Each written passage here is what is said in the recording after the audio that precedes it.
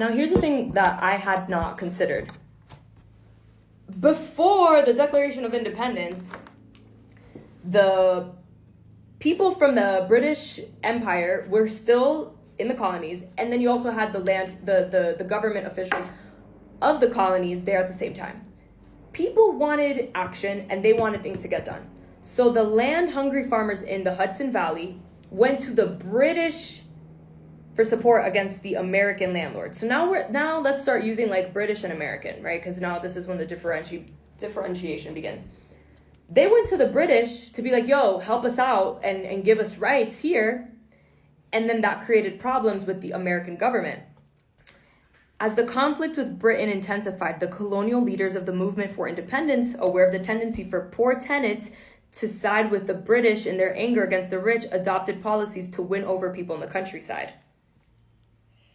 Ooh, again, manipulation and genius tactics. Class-conscious white farmers in the West who attempted to democratize local government in their respective counties were basically part of what was called the regulator movement. The regulators saw that a combination of wealth and political power ruled North Carolina and denounced those officials whose highest study is the promotion of their wealth. They resented the tax system, which was especially burdensome on the poor, and the combination of merchants and lawyers who worked in the courts to collect debts from the harassed farmers. The regulators did not represent servants or slaves, but they did speak for small owners, squatters, and tenants. Let's make that very clear.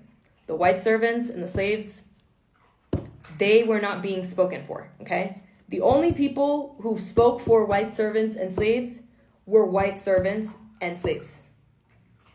None of these people, even the people that had just a little bit of anything, they weren't turning around to be like, yo, and let's help these people out. They were like, no.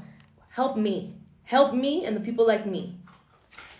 This is where individualism and all of that shit stems from.